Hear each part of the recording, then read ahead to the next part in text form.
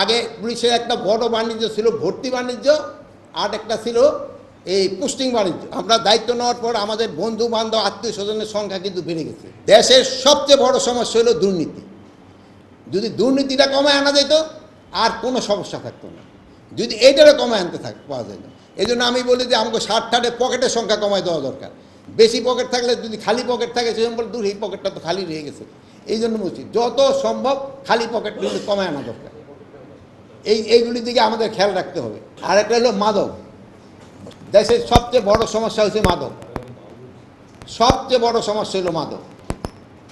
এটার ক্ষেত্রে আপনারা ওই এখন বলতেছেন যে ডিভিশনাল হেডকোয়ার্টারে আপনাকে ওই কী বলে সেন্টার করার জন্য কী বলে ওই মাদক খেয়ে যে কী হয় জানি, হ্যাঁ নিরাময় কেন্দ্র।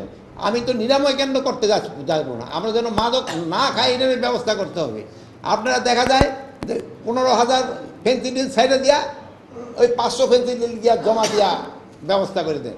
এইগুলি যেন না হয়, তো কিন্তু চাকরি থাকবো না, চাকরি কিন্তু সাথে সাথে চলে যাবে। শুধু আমি বলছি যে এই ক্ষেত্রে এই ব্যাপার না, আপনি আপনার ক্ষেত্রে ক্রিমিনাল কেস দেওয়া হবে। যেহেতু ডিপার্টমেন্টাল যে অ্যাকশন, এটা একটা এই 203 মহোদয় আছে, ডিপার্টমেন্টাল অ্যাকশনের একটা ফান্ড। ওনার এখানে ডিপার্টমেন্টাল অ্যাকশন অনেক দিনে 3 বছর পর 4 বছর পর্যন্ত যাওয়ার পরে ওনারা বলবে একটা লঘুদণ্ড দেওয়া হোক। লঘুদণ্ডতে কী পানিশমেন্ট এটা আমি বুঝিও না নিজে। আর যদি গুরুদণ্ড হলেও হ্যাঁ প্রমোশন পেয়ে যাবে।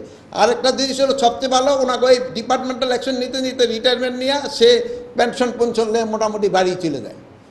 এই জন্য আমরা বলছি যে এই সব কাজে যারা জড়িত হবে তাদের ক্ষেত্রে ক্রিমিনাল অ্যাকশন নেওয়া হবে, তা না হলে এই জিনিসগুলো করবে না।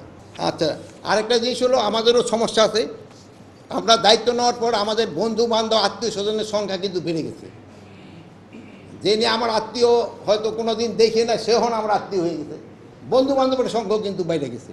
এই জন্য অনেক সময় আপনার কাছে যে আর রিকোয়েস্ট করবে যে আমি তো অমুকে স্বরাষ্ট্র উপদেষ্টার আত্মীয়, আমার এটা আমি এটার ক্ষেত্রে একটা ইনস্ট্রাকশন আমি আগেও দিয়েছি, আপনাকে সাংবাদিকদের সামনেও বলছি। প্রথমবার গেলে চা বিস্কুট একটু খাওয়াই দেন, দ্বিতীয়বার পুলিশের কাছে হ্যান্ড ওভার করে দেন, দ্বিতীয়বার তাহলে পুলিশের কাছে হ্যান্ড ওভার করে দেবেন। যদি কোনো কিছু কারো দরকার হয় আমি নিজে রিং দিব। আগে পুলিশের একটা বড় বাণিজ্য ছিল ভর্তি বাণিজ্য, আর একটা ছিল এই পোস্টিং বাণিজ্য।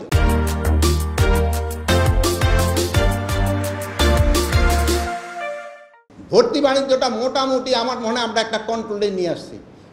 কোনো একটা এসপিও বলতে পারবে না যে এত পুলিশ নিয়োগ হয়েছে যে স্বরাষ্ট্র উপদেষ্টা কারো একটার জন্য রিকোয়েস্ট করছে। একটা এক্সাম্পল দিতে পারবে না যে আমি কারোর জন্য একটা রিকোয়েস্ট করছি যে অমুকের জন্য একটাই দাও, ওরে ভর্তি করো।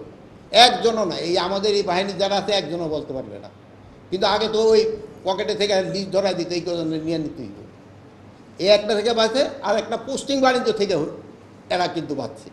পোস্টিং বাণিজ্য এখন একটা কমিটির মাধ্যমে একটা পোস্টিং হয়, উপরের পোস্টিংগুলি, এটার থেকেও কিন্তু একটা কমছে। তো যে নিচে খাদ্য যে ওসি 2-4টা পোস্টিংয়ে অনেক ওরা পয়সা খায় কিনা এটা আমি অবশ্যই বলতে পারবো না, যেহেতু ডিস্ট্রিক্ট ওসি তো ওরা পোস্টিং করে, ডিস্ট্রিক্ট দিয়ে যেটা ওনারা করে, এখন ওনারা খায় কিনা আমি বলতে পারি না, বাট আমি বলতে পারবো এটা অনেক কমছে। এই পোস্টিং কী বাণিজ্য কোনো ওসি যেন ঘুষ না খায় এটাও যেন আমি শুনতে চাই। আরেকটা জিনিস আপনারা খেয়াল করবেন, যেহেতু থানায় গেলে দেখবেন ওসির রুমটা খুব সুন্দর, কিন্তু এরপরে আর কারো থাকার কোনো উপায় নেই। আমাদের এখানে সব ওই বসের একটা রুম আছে খুব সুন্দর, তারপরে এগুলি অবস্থা একেবারেই খারাপ থাকে।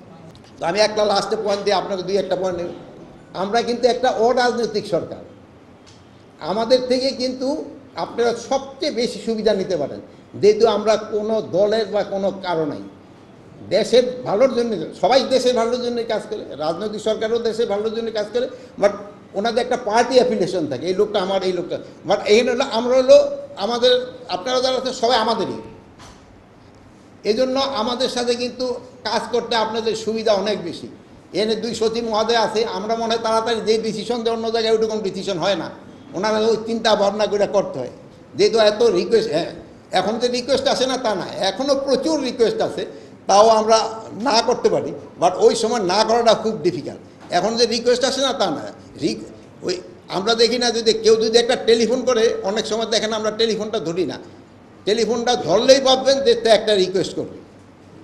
এখন যদি কেউ ভিজিট, স্যার আপনার সাথে একটু দেখা করতে আসতে চাই, ওই দেখা করতে মানেই সে একটা অনুরোধ নিয়ে আসবে। মানে আমাকে এখন বুড়া বসে 74 বছর 75 বছর আমার কী চেহারা দেখতে হইব, ওই আমার কাছে যেটা আইব এই রিকোয়েস্টটা নিয়ে আইব। এই জন্য অনেক সময় আমরা এটা অ্যাভয়েড করার চেষ্টা করি। বাট হয়তো আপনারা আছেন জুয়ান টুয়ান মানুষ, আপনার সাথে হয়তো দেখা টাকা করতে পারে, বাট আমার সাথে তো কারো এরকম দেখা করার কথা না, কিন্তু আমার সাথে আসে ওই রিকোয়েস্টটা তার করার জন্য। আমরা যতটা সম্ভব, যে আমরা যে 100% করতে পারছি তা না, বাট আমরা চেষ্টা করি রিকোয়েস্টটা না রাখার জন্য। আর একটা জিনিস আপনারা সবসময় আগেই বলছেন, যেহেতু সাংবাদিক ভাই আছে ওনার সামনে বলতে, যেহেতু উনি আর ফায়ার ব্রিগেডের কেউ আছে নাকি এখানে? এই সিজনটা কিন্তু একটু এই ইসের পরে, মানে আমার এই 10টা বাহিনীর ভিতরে সবচেয়ে ফায়ার ব্রিগেডের কাজই ছিল সবচেয়ে ভালো। সব বাহিনীর ভিতরে ফায়ার ব্রিগেডই সবচেয়ে বেশি ভালো কাজ করছে। তোমাকে এই কাজটা যেন জারি থাকে এটা করতে হবে। এখন কিন্তু একটু আগুনের এটা কিন্তু প্রবণতা কিন্তু একটু বেড়ে গেছে এই সিজনগুলিতে, যেহেতু এখন তো ধরো বৈশাখ জ্যৈষ্ঠী মাস, চৈত্র মাস যদি পার হয়ে গেছে গা, বৈশাখ জ্যৈষ্ঠী মাসে কিন্তু আগুন হয় বেশি। এদিকে তোমাদের একটুখানি খেয়াল রাখতে হবে।